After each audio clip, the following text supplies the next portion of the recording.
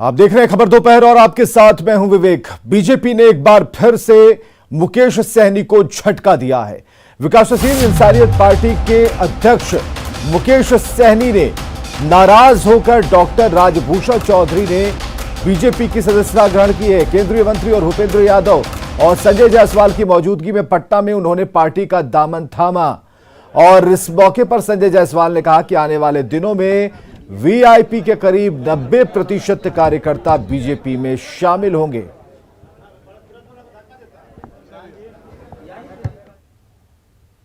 और जो एक हमारी एनडीए की मजबूत जो सरकार चल रही है उसको और मजबूती देने के लिए पार्टी के आधार का विस्तार करेंगे, पार्टी के कार्यक्षेत्र का विस्तार करेंगे। और मैं विश्वास करता हूं कि राजनीति में अच्छे प्रोफेशनल लोग आए, राजनीति में अच्छे पढ़े लिखे लोग आए। मैं आह्वान करता हूं कि राजनीति में आज ऐसा समय है कि बिहार को और आगे बढ़ाने के लिए डॉक्टर राजभूषण जैसे जो बहुत अच्छा कैरियर रखते हैं। महीनों में जिस तरह के कार्यकाल और जिस तरह के कार्य और खास करके जो मछुआ विरोधी कार्य उस समय के तत्कालीन मंत्री ने किया था, उनसे नाराज होकर के वह भारतीय जनता पार्टी की सदस्यता ग्रहण कर रहे हैं। जेडीयू नेता उपेंद्र कुशवाहा ने बीजेपी प्रदेश अध्यक्ष संजय जायसवाल पर पलटवार किया। उन्होंने कहा कि संजय जायसवाल उनसे पूछने वाले कौन होते हैं कि वो कब तक नीतीश जी के साथ रहेंगे।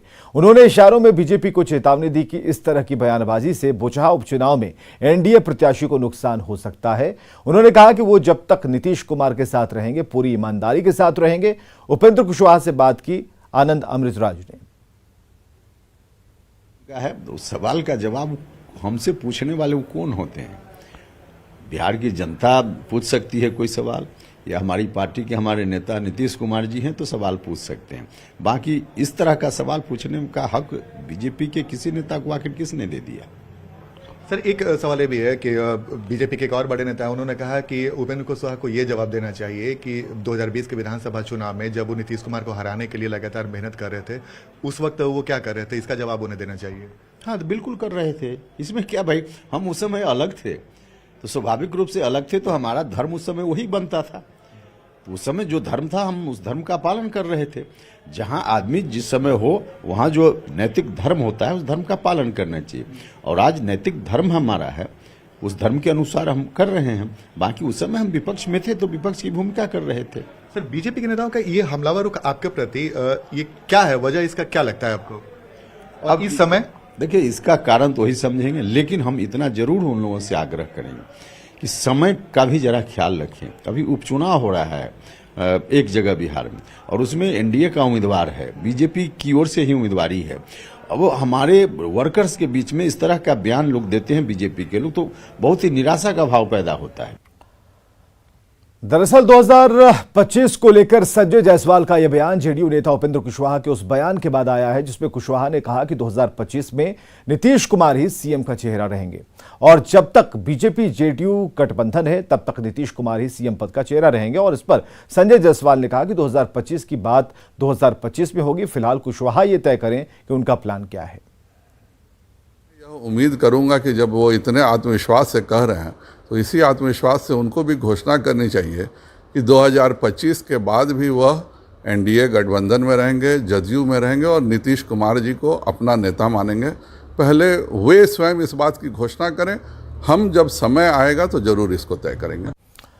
और बड़ी खबर आ रही है लालू प्रसाद से जुड़ी हुई। लालू प्रसाद की जमानत याचिका सुनवाई टल गई है। इस पर 22 अप्रैल तक लालू की जमानत पर सुनवाई टाल दी गई है। सीबीआई को काउंटर एफिडेविट फाइल करने का अंतिम मौका है और जमानत पर सीबीआई की तरफ से किया गया ऑब्जेक्शन। इधर डोरंडा ट्रेजरी केस में लालू प्रसाद को 5 साल की सजा हुई है और जमानत के लिए लालू प्रसाद ने हाई कोर्ट से गुहार लगाई है। कृष्ण मोहन प्रसाद समेत 4 लोगों को हाई कोर्ट से जमानत मिली है। और 11 मार्च को जो है सीबीआई को काउंटर फाइल करने के लिए टाइम दिया गया था। उन लोग ने आज तक काउंटर एफिडेविट नहीं फाइल किया, तो कोर्ट से प्रेयर किया कि एक लास्ट चांस दिया जाए तो file the counter affidavit. Court ने उनके दलील को मानते हुए उनको 1 हफ्ता का समय दिया है और केस को 22 तारीख को फिर फिक्स किया है हियरिंग के लिए। और कैमूर से बड़ी खबर, जहां जमीन विवाद में मारपीट हुई है। फायरिंग और मारपीट में 14 लोग घायल हो गए हैं। कुनहरा गांव में दो पक्षों के बीच मारपीट की खबर है। कैमूर से इस वक्त की बड़ी खबर। तो कुनहरा गांव में दो पक्षों के बीच मारपीट की खबर है और इसमें कई लोग जख्मी भी हुए हैं। बताया जा रहा है कि जमीन विवाद में मारपीट हुई है, दो पक्षों के बीच में फायरिंग, और इसमें तकरीबन 14 लोग घायल बताए जा रहे हैं। फायरिंग की घटना हुई है कुनहरा गांव में, दो पक्षों के बीच जमीन विवाद को लेकर मारपीट की इस वक्त की बड़ी खबर।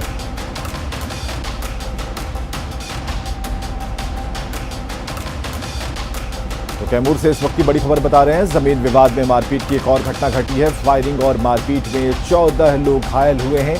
कुनहरा गांव में दो पक्षों के बीच विवाद मारपीट में तब्दील हो गया। गोलियां चली, फायरिंग हुई है और 14 लोग इस घटना में घायल हो गए। रोहतास के विक्रमगंज में पुल चोरी का अजीबोगरीब मामला सामने आया। चोरों ने करीब 60 फीट लंबे लोहे के एक पुल को देखते ही देखते गायब कर दिया। स्थानीय लोगों के मुताबिक नहर पर बना पुल काफी जर्जर हो चुका था और उस पर आवाजाही बंद हो चुकी थी। एक दिन को चोर सिंचाई विभाग के अधिकारी बनकर आए, जेसीबी और गैस कटर से पूरे पुल को काट दिया और लोहे को काटकर वाहनों पर लाद कर लेकर चलते बने। चोरों की हिम्मत देखिए कि वो पूरे 3 दिन तक इस पुल को काटते रहे, वाहनों पर लादते रहे। मामला है नासरीगंज थाना क्षेत्र के अमियावर का, जहां आरा केनाल नहर पर 1972 में पुल बना था और इस पुल को चोरों ने दिन दहाड़े ही चुरा लिया। तस्वीरें आपके सामने हैं और किस तरीके से पिकअप वैन में लादा जा रहा था इस पुल को काटकर, इन तस्वीरों को आप देख सकते हैं। तो 3 दिन में 60 फीट लंबे और 12 फीट ऊंचे पुल को काटकर गायब कर दिया गया। जब पूरा पुल ही चोरी हो गया था, तब जाकर ग्रामीणों और विभाग को समझ में आया कि वे लोग चोरों के झांसे में पड़ गए हैं। इसके बाद विभागीय अधिकारियों ने थाने में चोरों के खिलाफ केस दर्ज कराया।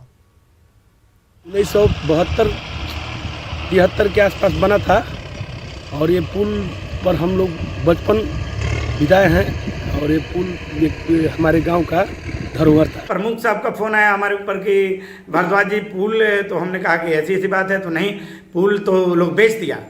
अगर ऐसी बात है, अगर पुल भी बेचा गया है, अगर स्टोर नहीं किया है सरकारी खजाने में, तो निश्चित रूप से इन सारे लोगों पर कानूनी कार्रवाई होनी चाहिए और इन लोगों को बख्शा नहीं जाने देना चाहिए। तो देख रहे थे कि लोग आके काट रहे थे, लेकिन हम लोगों को कोई सूचना नहीं है। इसका उचित जांच हो और जो काट के ले गया उस पर उचित कार्रवाई किया जाए। मगर इस बार जो भी काटा है वो बिना सूचना दिए हुए अपने को विभागीय आदमी क्या करके वो अपने काम को अंजाम दिया है। इस तरह का ये घटना हुआ और सारे लोग भ्रमित रह गए कि लोग सोचे कि ये विभागीय है। कंक्रीट हो रहा था, मैं यहीं पर था, मगर मुझे इसकी कोई सूचना नहीं प्राप्त हुई। और इससे पहले भागलपुर में नाथनगर के सीटीएस कैंपस के अंदर 4 बम मिले। इसके बाद पुलिस मौके पर पहुंचकर छानबीन में जुट गई है। शहर में लगातार बम मिलने से लोगों के बीच दहशत है। आम लोगों का कहना है कि पुलिस को इसको लेकर गहनता से जांच कर इस तरह की हरकत करने वालों पर कार्रवाई करनी चाहिए। घनी आबादी वाला क्षेत्र है और संदिग्ध वस्तु मिलने से सनसनी मच गई और बम जैसा सामान मिलने से दहशत है। जांच टीम हर पहलू की जांच में जुटी हुई है।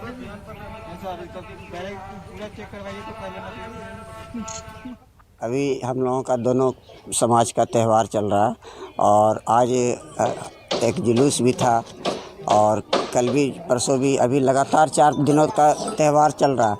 ऐसे में इस तरह का मामला सामने आकर ये तकलीफदेह है और इस पर समुचित जांच हो और जितने भी क्षेत्रीय या क्षेत्र के बाहर भी असामाजिक तत्व हैं उनके विरुद्ध कठोर कार्रवाई होनी चाहिए। ये नाथनगर हम दोनों भाई सभी पर्व, यहाँ जो ये नाथनगर है हमारा मुखिया नीतीश कुमार जी का भी नज़र रहता है, लेकिन हम दोनों भाई 89 के बाद हम दोनों भाई राम रहीम की तरह सभी पर्व मनाते हैं। या चैती नव दुर्गा हो, अही चैती यहाँ सीटीएस के ठीक नीचे मिला है, जो यहाँ लाखों की भीड़ लगेगी और हम दोनों भाई, लगता है वो सामाजिक तत्व रख दिया होगा। ये पुलिस, हम एसपी महोदय से और डीआईजी साहब से और यहाँ के थाना प्रभारी से मांग करेंगे कि इनका उचित जांच हो। कोई भी वो सामाजिक तत्व हो, वो सलाखों के पीछे हो। बड़ी खबर है दरभंगा के बिरौल से, जहां सुपौल बाजार में गुरुवार को दिन दहाड़े हुई 50 लाख की लूट का सीसीटीवी वीडियो सामने आ गया है। पंजाब नेशनल बैंक से दिन दहाड़े हुई 50 लाख की लूट हुई थी और आप देख सकते हैं कि लूट के बाद लुटेरे किस तरह बैग ले जाते हुए दिख रहे हैं। दिन दहाड़े बैंक में लूट की घटना को अंजाम देकर 5-5 अपराधी भीड़ भाड़ वाले इलाके से फरार हो जाते हैं। लोग देखते रह जाते हैं, कोई रोकता नहीं है और पुलिस बैंक के अंदर फिलहाल जो सीसीटीवी फुटेज है उसके आधार पर आगे की जांच में जुट गई है। 15 से 20 मिनट में 20 मिनट लगभग मोटा मोटी उसमें लगा है उन लोग को, जो भी अंदर में किया हो। अब बताइए, जब बैंक को इतना सिक्योरिटी के बाद, इतना स्टाफ रहने के बाद लूट लेता है, इस तरीका से इस घटना को अंजाम दे दिया, तो हम लोग को सुरक्षा कौन करेगा। दानापुर में शाहपुर के सरारी गुमटी स्थित पावर ग्रिड में हथियारों से लैस बदमाशों ने जमकर लूटपाट की। करीब 7 की संख्या में बदमाश थे। ग्रिड के परिचालक जितेंद्र कुमार के मुताबिक night guard Satyendra Kumar, gunman Anil Kumar को बंधक बनाकर इस घटना को अंजाम दिया गया और ये पूरी घटना सीसीटीवी में कैद हो गई। हालांकि बाद में बदमाशों ने सीसीटीवी को बंद कर दिया। करीब 10 लाख की लूट को बदमाशों ने अंजाम दिया है। पुलिस सीसीटीवी के आधार पर बदमाशों की तलाश में जुट गई है।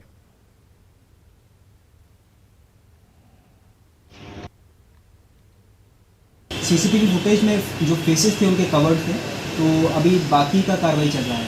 कितने की लूटपाट हुई है सर? जी, जितना अभी तक इनिशियल इन्फॉर्मेशन मिला है, जो एफआईआर में दर्ज है, उतना 10 लाख की खबर आ रही है। तो लूट की बड़ी घटना बदमाशों की तलाश में हालांकि जुटी हुई है। शाहपुर के सरारी गुमटी के पास की ये तस्वीरें आप देख पा रहे हैं। पावर ग्रिड में लूटपाट की घटना को इन लोगों ने अंजाम तक पहुंचाया है। यहाँ से घुस रहा है, सब एंट्री कर रहा है। कोरोना संक्रमण का संकट खत्म होने के बाद इस बार देवघर के विश्व प्रसिद्ध श्रावणी मेले का आयोजन हो सकता है और इसे लेकर देवघर डीसी लगातार मंदिर परिसर और उसके आसपास की सुविधाओं का जायजा ले रहे हैं। डीसी ने मंदिर प्रशासनिक कार्यालय में बैठक की, जिसमें तैयारियों पर चर्चा के साथ मंदिर कैंपस को थर्मोकॉल के बाद प्लास्टिक फ्री बनाने का निर्देश दिया। साथ ही मेले के दौरान श्रद्धालुओं की सुविधा के लिए शीघ्र दर्शनम की कतार के साथ ही सामान्य श्रद्धालुओं के लिए व्यवस्था सही किए जाने का निर्देश दिया। गर्मी है,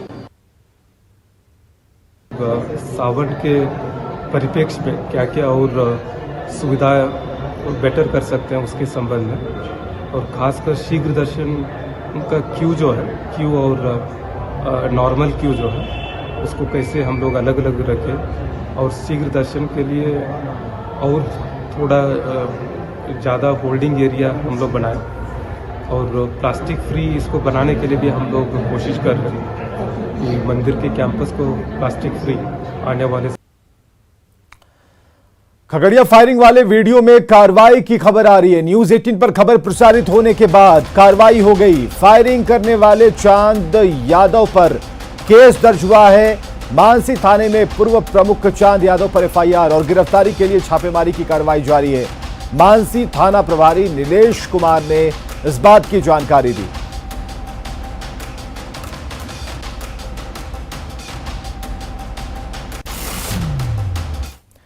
कोविड के दौरान ऑनलाइन क्लास के कारण एडमिशन न कराना अब अभिभावकों को भारी पड़ रहा है। निजी स्कूलों की मनमानी से वैसे भी पेरेंट्स त्रस्त हैं, ऊपर से अगर किसी बच्चे का एडमिशन अच्छे स्कूल में कराना हो तो बगैर पैरवी या फिर डोनेशन के संभव नहीं दिखता।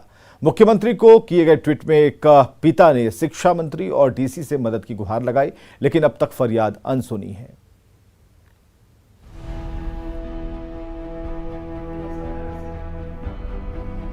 कि मेरा 9 वर्ष का जो बेटा है वो पिछले 3 सालों से घर में बैठा हुआ है। मेरे साथ काफ़ी दुर्घटना घटी, कोरोना हो गया, 1 महीना मैं हॉस्पिटल में रहा, उसके बाद जैसे रिकवर होकर आया मेरा पैर टूट गया, 6 महीने मैं बेड में रहा। इसी कारणवश मैं आगे बच्चे की पढ़ाई नहीं कर पाया। ये दर्द है उस पिता का जो चाहकर भी अपने बेटे को अच्छे स्कूल में पढ़ा नहीं पा रहा है, क्योंकि स्कूल वाले एडमिशन लेने से ही इनकार कर रहे हैं। रांची के सैयद कामरान लोअर बाजार थाना क्षेत्र के गुदड़ी चौक के पास किराए के मकान में रहते हैं। कोरोना काल में हादसे और नौकरी छूट जाने के बाद उन्होंने अपने बेटे आयान का नाम स्कूल से कटवा दिया था। बस यही चीज उन्हें महंगी पड़ गई। अब स्थिति ठीक होने पर जब वे बच्चे को पढ़ाना चाहते हैं तो स्कूल वाले दरवाजे से ही उन्हें लौटा देते हैं। बेटे के लिए कामरान सीएम से लेकर शिक्षा मंत्री और डीसी तक को ट्वीट कर चुके हैं। हर बार मदद का आश्वासन मिलता है, लेकिन वो कोरा ही साबित होता है। मुख्यमंत्री महोदय, हमारे शिक्षा मंत्री महोदय, माननीय डीसी महोदय जो हैं हमारे, उनसे निवेदन करता हूं कि कृपया थोड़ा इस मामले में भी ध्यान दें कि क्या मध्यम वर्ग का बच्चा अच्छे स्कूल में पढ़ नहीं सकता? क्या अगर एडमिशन लेना है किसी स्कूल में तो क्या मुझे बहुत पावर की ज़रूरत होगी, बहुत पैसे की ज़रूरत होगी? मैं सरकार से पैसे की मदद नहीं मांगता, पर इतना मदद मांगता हूं कि मेरा बच्चा एक अच्छे स्कूल में पढ़ सके, जो मैं अभी तक प्रयास कर करके विफल हो गया हूं। पढ़ाई में बेहतर प्रदर्शन करने वाले आयान की भी पढ़कर अच्छा इंसान बनने की चाहत है और इसके लिए वे भी प्रशासन से गुहार लगा रहा है। जी बहुत मन करता है। नहीं, एडमिशन नहीं हो पा रहा। जब भी पापा 2-3 बार लेके गए स्कूल, बहुत सारे 2-3 स्कूल लेके गए, पर सब लोग भगा दे रहे पापा को। गार्ड लोग बोल रहे कि नहीं अंदर जाने देंगे और भगा दे रहा है। जी मुझे जेवियर में एडमिशन करा दीजिए। न्यूज़ 18 ने जब इस मामले पर रांची डीसी से बात की तो उन्होंने राइट टू एजुकेशन का पालन नहीं करने वाले निजी स्कूलों पर कड़ी कार्रवाई की चेतावनी दी। राइट टू एजुकेशन में कुछ प्रावधान हैं जिसमें कि प्राइवेट स्कूल्स को भी उन नियमों का पालन करना है। अगर उन नियमों का उल्लंघन किया जाता है तो जिला प्रशासन नियम अनुसार कार्रवाई करेगी। ट्वीट पर लगातार मिल रहे आश्वासन और डीसी की ओर से मामले में सहयोग का भरोसा कामरान के लिए कितना कारगर साबित हो पाता है, ये देखने वाली बात होगी। फिलहाल आयान को इंतजार है फिर से स्कूल में एडमिशन का, ताकि एक बेहतर इंसान बनने का उनका सपना पूरा हो सके। रांची से न्यूज़ 18 के लिए ओम प्रकाश की रिपोर्ट। झारखंड में खिलाड़ी अपनी प्रतिभा से राज्य और देश का नाम रोशन कर रहे हैं। चर्चा से दूर कोच भी जमकर पसीना बहा रहे हैं, लेकिन बढ़ती महंगाई और फिक्स मानदेय की वजह से कई कोच की शादी नहीं हो पा रही। वहीं खिलाड़ी भी सरकार से किट और संसाधन की मांग कर रहे हैं। सर कि अभी जिस तरह महंगाई बढ़ रही है उस अनुसार सर हम लोग का मानदेय बहुत ही कम है, 11,440 रुपये। इसमें सर आदमी को घर परिवार चलाना, मेडिकल का सुविधा और जितना भी होता है सर बहुत परेशानी होता है इस चीज़ में। और सर मेन तो हम बोलने में भी हमको ठीक लग रहा है कि आदमी अगर बोलता भी है कि शादी कब कर रहा है तो सर एक बार सोचना पड़ता है कि शादी क्यों करें हम। मुस्कुराहट के बीच छिपा ये दर्द है रांची के जोन्हा के आर्चरी कोच रोहित कोयरी का। 28 साल के रोहित बेहद शर्मीले स्वभाव के हैं। उनका सामना न्यूज़ 18 से हुआ तो फिक्स मानदेय के बीच फंसी जिंदगी का भी जिक्र निकला। जोन्हा के डे बोर्डिंग आर्चरी सेंटर में बतौर कोच रोहित ने अंतर्राष्ट्रीय तीरंदाज दीप्ति कुमारी समेत 25 से ज्यादा राष्ट्रीय तीरंदाज तैयार किए, लेकिन अब बढ़ती महंगाई के बीच सालों से फिक्स मानदेय की वजह से उनकी शादी भी नहीं हो पा रही है। राज्य भर में डे बोर्डिंग और आवासीय सेंटर में काम करने वाले करीब 10 कोच की यही कहानी है। हेमंत सोरेन सर से यही कहना चाहते हैं कि सर बाकी लोग का तो उद्धार कर रहे हैं, जैसे कि पारा टीचर हुए, बाकी लोग हुए, तो हम लोग खेल टीचर लोग के ऊपर भी तो मतलब प्रशिक्षक के ऊपर भी थोड़ा दया दृष्टि दिखाया जाए ताकि हम लोग का भी घर परिवार अच्छा से चल सके। एक तरफ कोच जहां कम मानदेय से परेशान है तो दूसरी तरफ राज्य के शूटिंग और तीरंदाज भी राज्य सरकार से खेल सामान की मांग कर रहे हैं। झारखंड टीम में शामिल शूटिंग खिलाड़ियों की माने तो राज्य सरकार की ओर से खेल से जुड़े संसाधन उपलब्ध नहीं कराए जाते। ऐसे में मध्यम और गरीब परिवार से आने वाले बच्चे प्रतिभा रहते हुए भी इस खेल से नहीं जुड़ पाते हैं। कई खिलाड़ी यहाँ पर हमारे साथ मौजूद हैं जो वास्तव में उन्होंने राज्य स्तरीय प्रदर्शन भी किया है, झारखंड स्टेट की टीम में भी शामिल है, लेकिन उनके सामने जो सबसे बड़ी समस्या है खेल संसाधन को लेकर है, किट को लेकर है। हम उनसे बात करेंगे। शूटिंग में थोड़ा दिक्कत यही आता है कि मतलब कुछ सामान नहीं मिलता है और बाहर से मंगवाना पड़ता है। परेशानी आती है अंकिता? सर सामान बहुत महंगा आता है, जो हमारे पास उतना पैसा नहीं होता हम खरीद सके। अगर अच्छा परफॉर्मेंस देंगे तो सामान मिलता है सरकार तरफ से। आप क्या खेलते हैं? सर मैं 10 मीटर पिस्टल खेलती हूँ। मैंने स्टेट तक खेला है और ये सब खरीदने में काफ़ी महंगा लगता है। सारे जैसे इक्विपमेंट्स हो गया और पैलेट्स है, टारगेट पेपर है, ये सब काफ़ी महंगा आता है। क्या खेलते हैं आप? सर 10 मीटर है राइफल। हाँ। तो क्या परेशानी है? सर किट और राइफल का जैसे बहुत महंगा आता है वो सब, तो फिर वही खरीदने में बहुत प्रॉब्लम है। खिलाड़ी सरकार से मांग रहे हैं तो संसाधन मांग रहे हैं, किट मांग रहे हैं और साफ कहना है कि अगर सरकार हमें संसाधन दे तो हम गोल्ड ला कर देंगे। कैमरामैन अमित के साथ संजय कुमार सिन्हा, न्यूज़ 18 रांची। और खबरें लगातार जारी हैं, बने रहिए हमारे साथ।